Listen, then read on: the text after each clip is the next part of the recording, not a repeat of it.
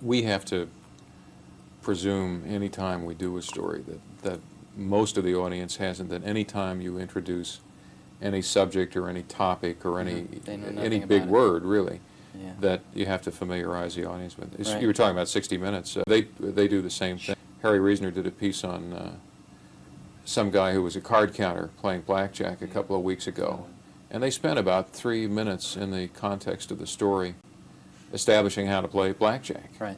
Just the fact that you have to Sure, go for 21. yeah, right. go for 21. So Yeah, that's we make the same. an kind of interesting thing presumption. about television is it always seems to shoot for the lowest common denominator. Yeah. Steve, Yeah, in well, order to get a two-shot that we need, it sounds a little peculiar, but you can, and it'll be painless and over quickly. Great. Thank you. I could embrace him if you wish. No, the reason they take these 2 shots is because they do all of this market research on television, and they go into a shopping center and grab Right. 50 viewers and put them in a trailer and show them tapes, and to try to find out what they like and what they don't, what bothers them and what doesn't. And one of the things that they found bothered viewers was the typical nightly, just like to see the environment that you're talking in. So hence the wide shot. Is it over? Steve, when you began to develop this 5 years ago, what sort of need did you see that existed then that you felt these computers was going to fill? Well, basically, are we actually doing this now? Yeah. Mhm. Great. The question is really, what is a personal computer? And why is it different than all the other computers that have existed throughout history? Probably the best way to explain that is through an analogy. When you look at the invention of the first electric motor in the late 1800s, it was only possible to build a very large one. And it was very, very expensive, and therefore it could only be cost justified for the most expensive or large applications. And the electric motor really took its next step in proliferation when somebody hooked a long shaft to it and ran it down the center of a factory, through a series of belts and pulleys, brought that power down to maybe 15 or 20 individual workstations, thereby cost justifying or sharing that horsepower among some medium-sized applications. But the electric motor really achieved a true proliferation in the society with the invention of the fractional horsepower electric motor. And at that point, the horsepower could be brought directly to where it was needed on a personal scale, cost justified for a small number of things. And we see the same thing, the same evolution, if we examine the history of computing. The first computer, ENIAC, in 1946, was designed primarily for weather and ballistic calculations, very large tasks. And the next revolution in computing was in the 1960s with the invention of what's called time sharing. In essence, sharing one of these very large computers with maybe 40 or 50 terminals scattered through a company, and thereby cost justifying it for medium-sized applications. What we think the personal computer industry is about is the invention of the fractional horsepower computer, something that can be cost justified on the personal level, something that weighs 12 pounds that you can throw out the window if you don't like. And it's really changing the way that people interact with computers. There's a one-on-one relationship that develops between one person and one computer. Now, when you use the term a personal computer, you're avoiding the term home computer for a deliberate reason, right? Right. We segment our market really into 4 major segments: education, professional small business, home consumer, and scientific industrial. Now, the home market hasn't really taken off. It's probably the smallest of those 4 I've listed. We view the home now not as a market really, but as a location in which personal computers are used for a variety of functions sometimes. In other words, you can use a personal computer to do some portfolio management on some stocks. You can use a personal computer to do some education. Can I answer that question? Sure, We can yeah. start over. Okay, Yeah, you can just pick it up and change we'll the table. We do oh, that, okay. so. Great. So, and you were, when you grew up, you say, we're still waiting for a question, and we'll pick it up there. Great. Okay, John? And when you use the term a personal computer, you're deliberately avoiding the use of the term home computer, aren't you? Right. We view the home not really as a market yet. We view it more as a location. We sell a lot of personal computers that are used for financial analysis, for education in schools, for running laboratory experiments in universities and in scientific applications. And a lot of these personal computers are used in the home as a location, some of the time. But there's not enough specific applications to cost justify spending $1,000 to $3,000 for a personal computer to be used in the home yet. So we don't think the home is quite yet ready either culturally or economically. What type of person would need a personal computer today of the type you offer? Well, it gets back to the question of what is a personal computer again. Again, another analogy. There was an article in Scientific American in the early 70s which compared the efficiency of locomotion for various species of things on the planet. In other words, they measured how much energy it took for a bird to get from point A to point B compared with the energy it took a fish to get the same distance, and a goat and a person and all sorts of other things. And they ranked them. And it turns out the condor won. Condor was the most efficient, and man came in with a rather unimpressive showing about a third of the way down the list. Somewhat disappointing. But someone there had the insight to test the efficiency of man riding a bicycle. And man riding a bicycle was twice as good as the condor, all the way off the end of the list. And what it really illustrated was man's ability as a tool maker to fashion a tool that can amplify an inherent ability that he has. And that's exactly what we think we're doing. We think we're basically fashioning a 21st century bicycle here, which can amplify an inherent intellectual ability that man has and really take care of a lot of drudgery to free people to do much more creative work. Does this mean, do you think that personal computers in the 21st century will be as much a part of a home as, say, a refrigerator, a vacuum cleaner? We can look at what's happening right now. As an example, in the state of Minnesota, which is probably the leading state in the country, over 97% of the kids that graduate from high school have hands-on experience with an Apple before they graduate. Now, these kids are growing up learning how to use this new tool in many, many phases of their life. They're hitting college, the same thing's happening. And so, very rapidly, the process of the integration of personal computers into the society will be accomplished. Let me illustrate two other processes which have happened in our lifetime very similar to this. You probably haven't used a piece of carbon paper or seen a mimeograph machine in a while. And yet, the first Xerox machine was introduced less than 20 years ago. It'll be 20 years ago next month. And in 20 years, it's radically altered the way that we work. Another process, the HP35, first scientific handheld calculator, was introduced by Hewlett-Packard in 1972. Well, we all know where that's gone in just 9 years. But another interesting sidelight is in 1978, the largest manufacturer of slide rules in the world stopped making them entirely because the market had gone away. 6 years. So we see that it is possible in our lifetimes for a process like this to radically influence the way that we work and even start to look at life. When you say start to look at life, where is the impact going to be felt most? In the intellectual process, in the day-to-day living process that is running the household, in terms of the way you spend your leisure time? Is there any way to pinpoint one of those areas as being the most likely to? What we have seen in almost all applications of personal computers that have happened to date, the industry is only 5 years old, but we've shipped, in excess of 150,000 personal computers ourselves. We've seen a dramatic increase in the creativity of people in dealing with a problem. Rather than doing the drudgery, rather than using traditional tools, people are freed to think about the conceptual issues involved and the creative issues involved and use the computer actually to plow through the drudgery. This is in education, where students can actually learn at their own pace, where they can interact with a computer rather than just having a one-way communication through the medium of television or books. They can actually interact with the medium.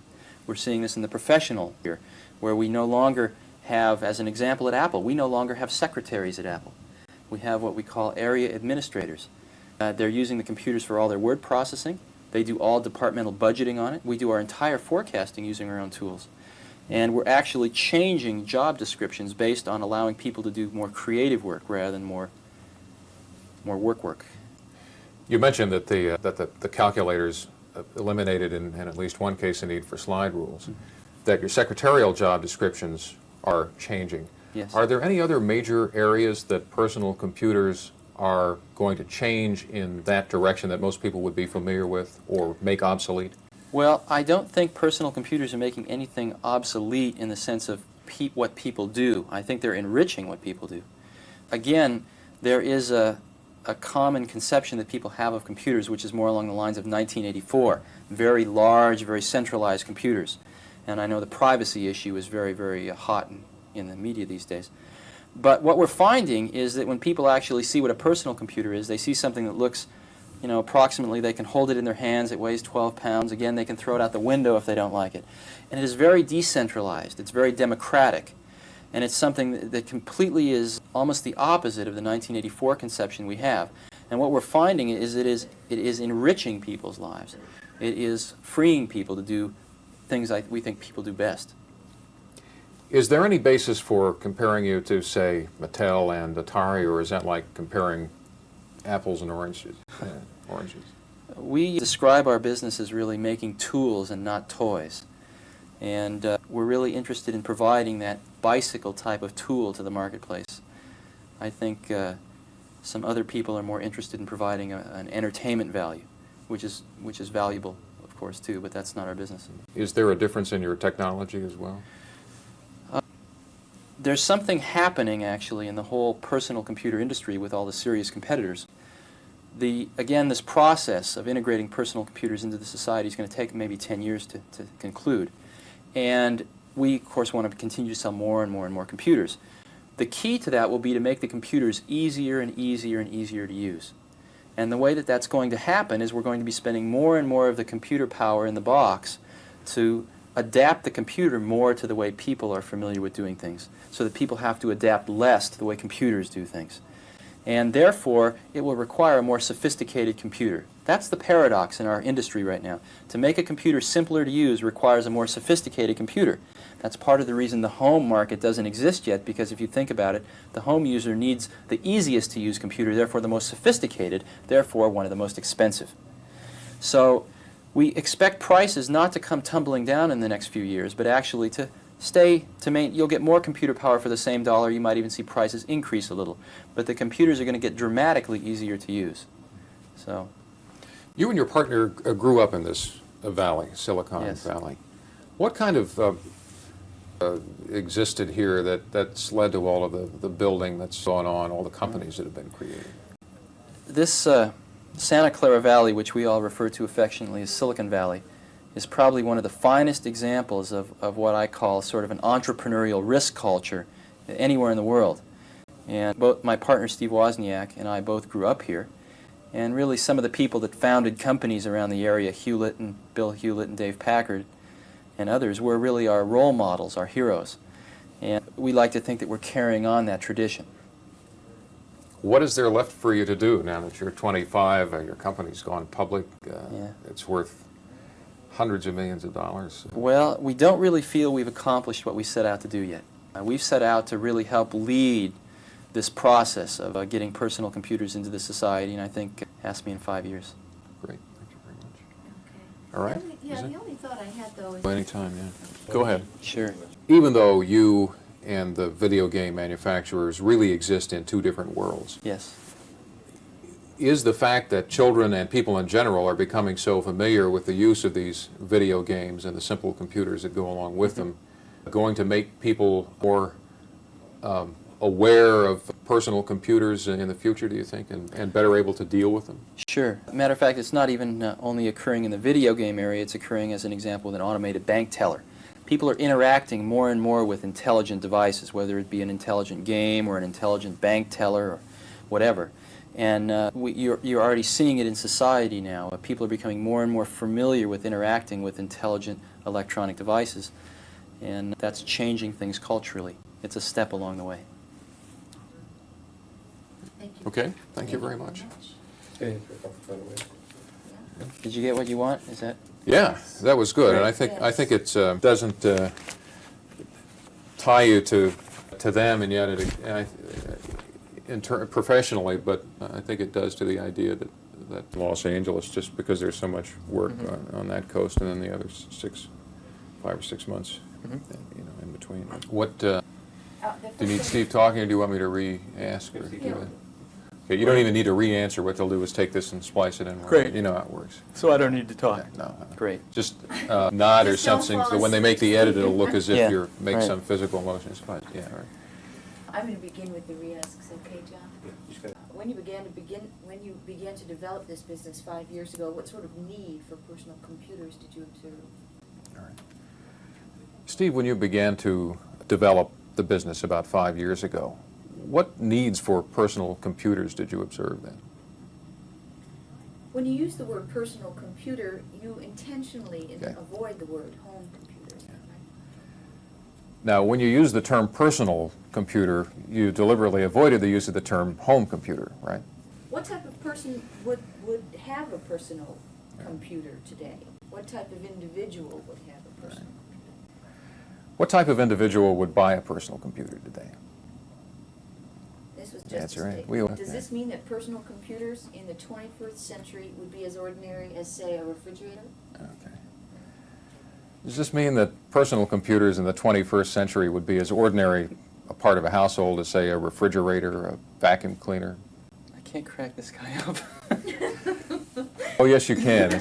I used to be the easiest guy. Oh, that's another story. I'm not going to tell it where they'll have it on tape. Somebody will pull it out in a blooper reel. I'm not rolling. Yeah, sure you're not. Okay, next question. Okay. Where is the impact of personal computers going to be felt the most? Okay. Where's the impact of personal computers going to be felt most in the future? And then there was a lengthy question that had to do with calculators and secretarial jobs and any other changes he might foresee in the future. Okay. If calculators are making slide rules obsolete and your computer is allowing you to redefine your secretarial jobs into other categories, more creative categories, what other types of things are going to change as a result of personal computers or be made obsolete? That do it?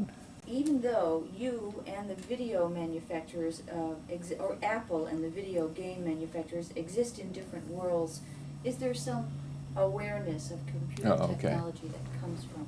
Even though Apple and the video game manufacturers really exist in two different worlds, are these video games, in a sense, getting people more accustomed to the idea of personal computers? Okay, That's the end. great. I need some John. Now I will listen to while Steve, right? listening. Steve, And you can tell say me. anything. Anything This I is want to. this is the fun part. Yeah. Where do you vacation in this area, or do you go other parts of the Filler world? conversation. Yeah. Yeah.